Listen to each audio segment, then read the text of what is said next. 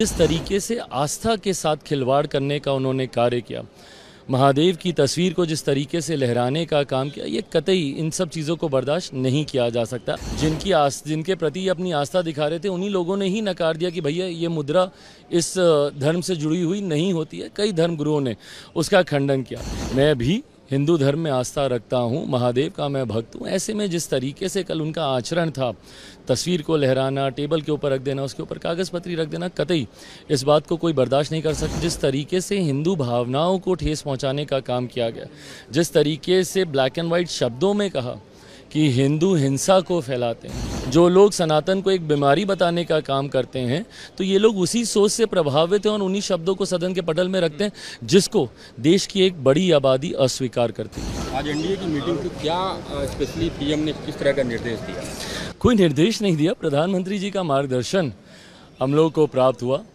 संसदीय परंपराओं को जिस तरीके से बीते दिनों हम लोगों ने तार होते हुए देखा, भले वो स्पीकर के चुनाव को लेकर हो या एलओपी के पद की गरिमा को जिस तरीके से कल सदन में कमतर करने का कार्य किया गया, इन तमाम विषयों पर जहां हमारी सरकार की, प्रधानमंत्री जी की चिंताएं हैं, वहीं कम से कम एनडीए का हर एक घटक दल और एनडीए का हर एक सांसद अपने उच्चारण से, अपने आचरण से एक नई मिसाल रखने का कार्य करे।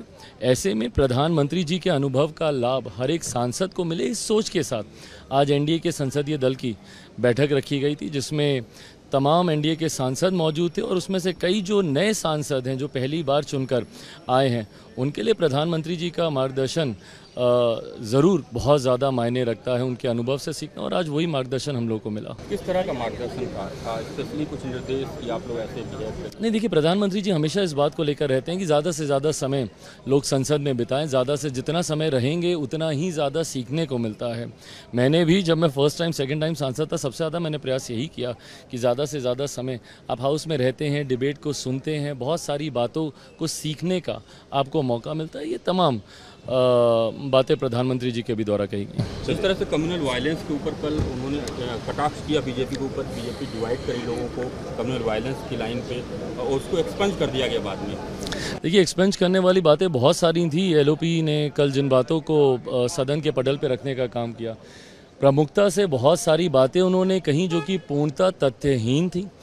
कई उन्होंने व्यक्तिगत टिप्पणी की, प्रधानमंत्री जी को लेकर हो या चेयर को लेकर हो, और जिस तरीके से आस्था के साथ खिलवाड़ करने का उन्होंने कार्य किया, महादेव की तस्वीर को जिस तरीके से लहराने का काम किया, ये कतई इन सब चीज़ों को बर्दाश्त नहीं किया जा सकता। अलग अलग धर्म की आस्था का आपने तमाम धर्म गुरुओं का कल से लेकर आज तक बयान भी सुना, जिनके प्रति अपनी आस्था दिखा रहे थे, उन्हीं लोगों ने ही नकार दिया कि भैया ये मुद्रा इस धर्म से जुड़ी हुई नहीं होती है। कई धर्म गुरुओं ने उसका खंडन किया।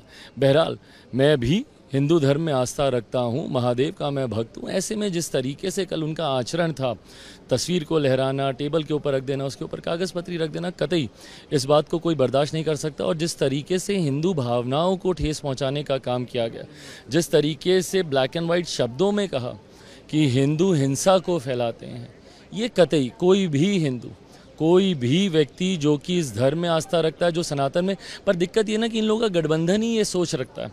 जिस गठबंधन का ये लोग हिस्सा हैं या जिस गठबंधन को ये लोग लीड कर रहे हैं, बगल में जब डीएमके के लोग बैठे हुए हैं, तो आप और क्या बात बोलेंगे। जो लोग सनातन को एक बीमारी बताने का काम करते हैं, तो ये लोग उसी सोच से प्रभावित हैं और उन्हीं शब्दों को सदन के पटल में रखते हैं, जिसको देश की एक बड़ी आबादी अस्वीकार करती है।